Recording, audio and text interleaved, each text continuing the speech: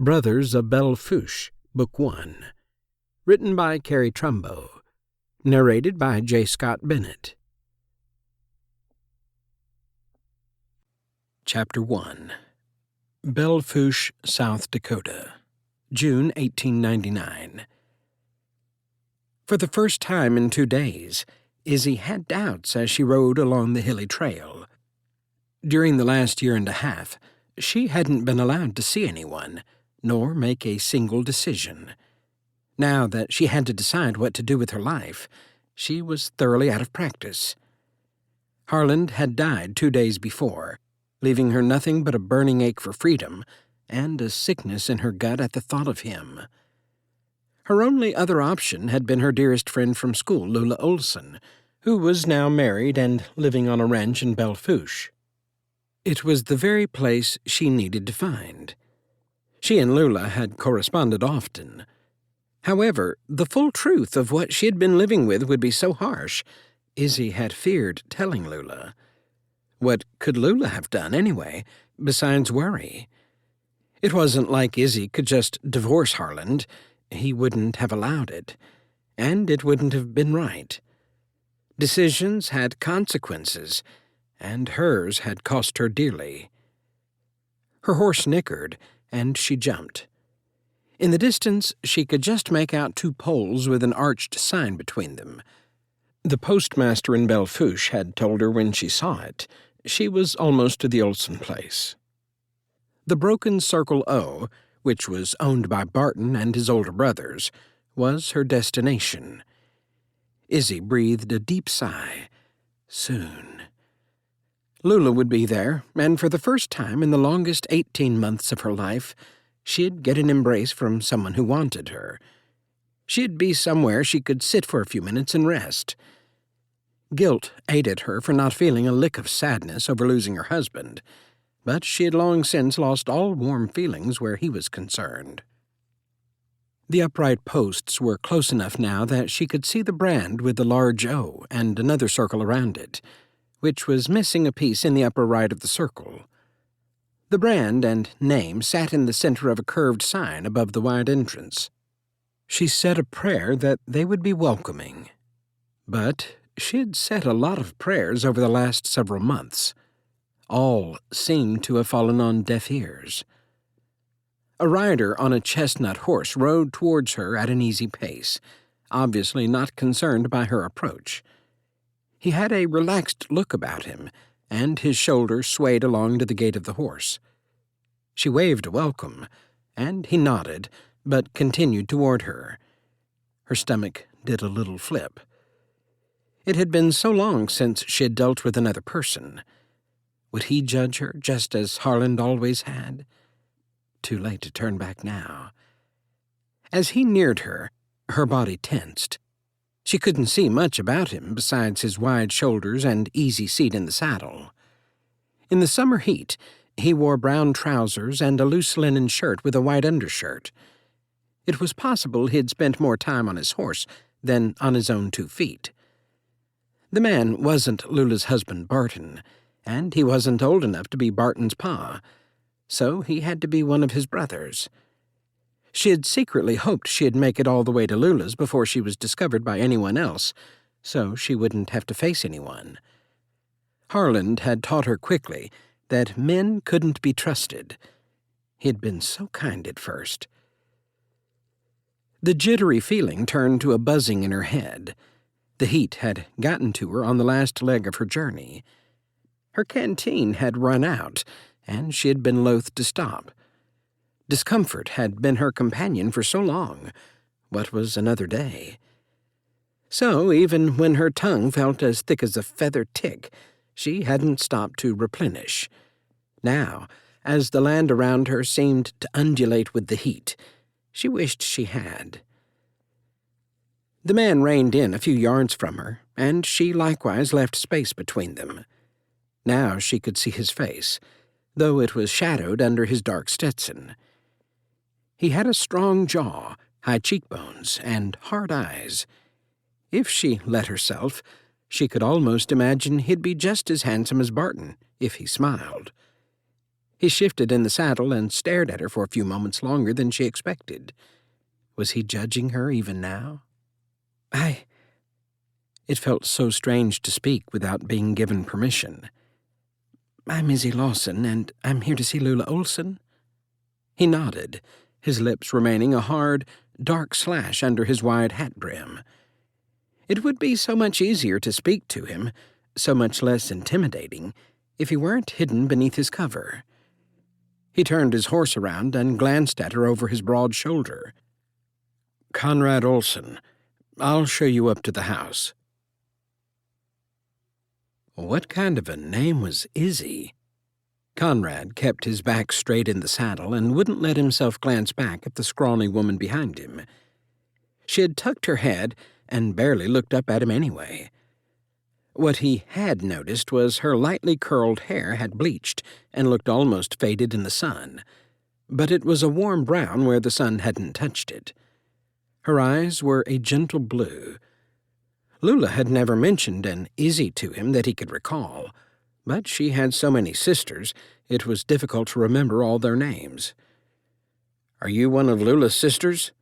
he offered over his shoulder. Her lack of conversation was strange, to say the least.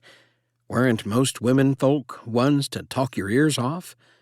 It was one of the reasons he had never bothered with finding one. He didn't like the chatter. Not to mention, the only girls he had ever had occasion to meet had been at school, and since he had been a less than fine student, none of the young ladies had paid him much mind. That had been over 11 years ago. Not that he thought about it overmuch. Her voice was soft, raspy, as if she struggled to get her words out. "No, sir. I'm a friend from the Spearfish School." Tension coiled in his gut. Another teacher. As if having two of the insufferable breed around weren't enough.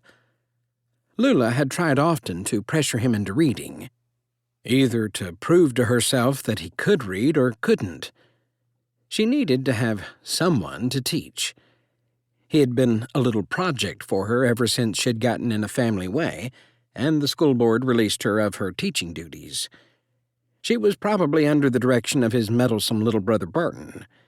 It wasn't anyone's business if he could read or not, and this new tiny teacher could go right back to where she came from if Lula had invited her there just to force him into giving up his secret. Back in grade school, reading had been difficult. He could never seem to make the right sounds with the right letters.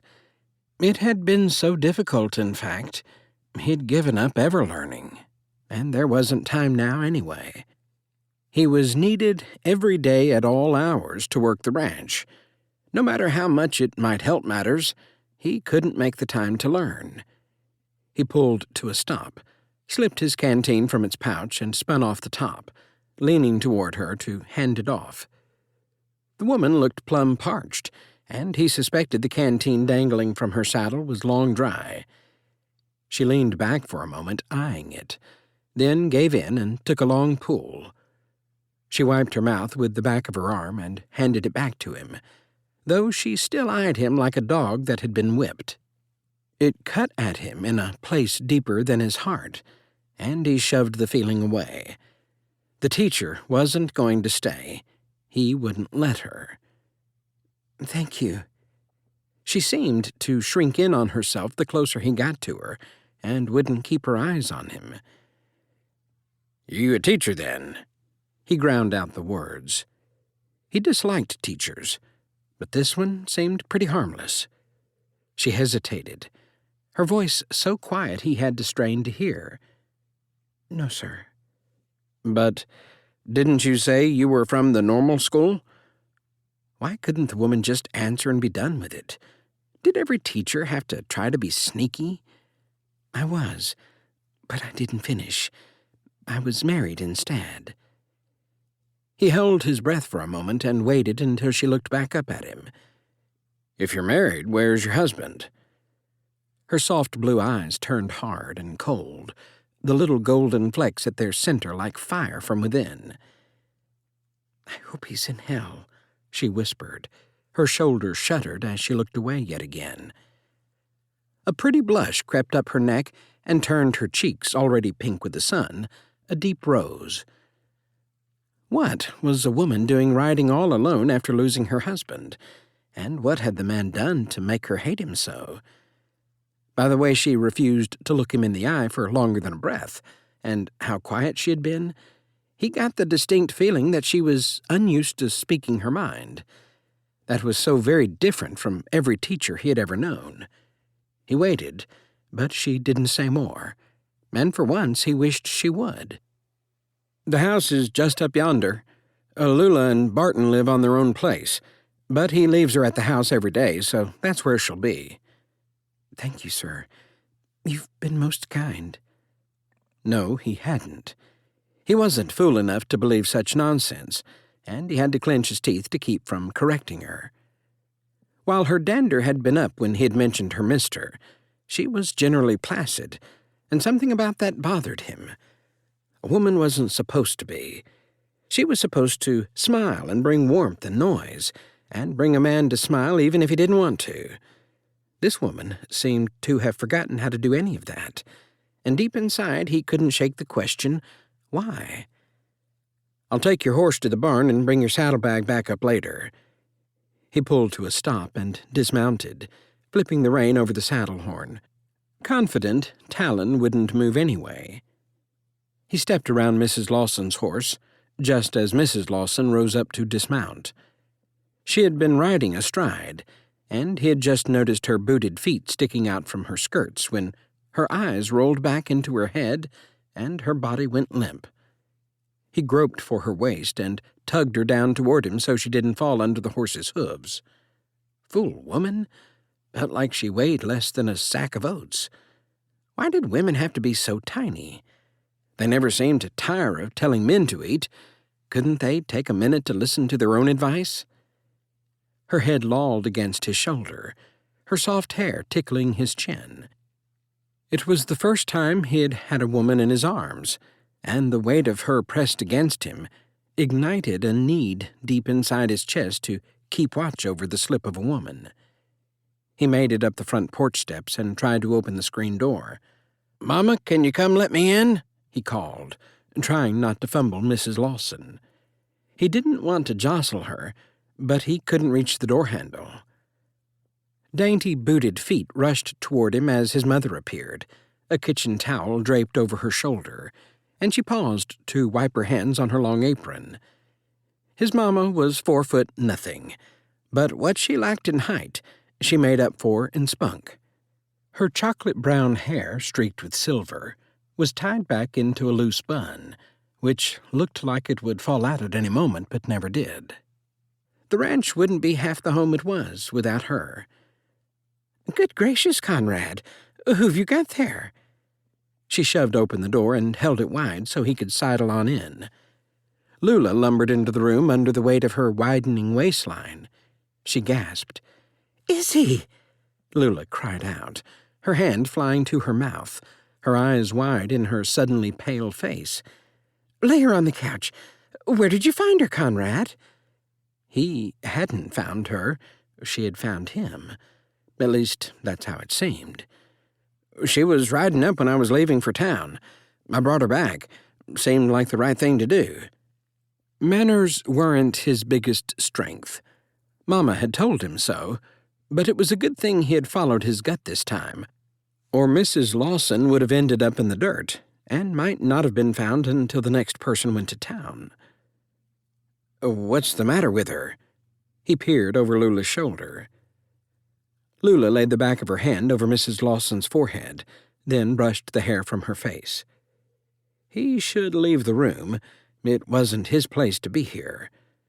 But Mrs. Lawson sure was pretty when her face was relaxed. If she wasn't so wary, so frightened to speak up and look him in the eye, she'd be hard to ignore. But right now he couldn't let himself harbor any such thoughts. There was more wrong with her than right. She was far too skinny, almost sickly. Her skin was thin and she was pale. Her lips were the only plump curve he could find, and he didn't mind looking at them one bit. "Oh, Izzy, what's happened to you?" Lula mumbled. Conrad couldn't help but wonder the same thing.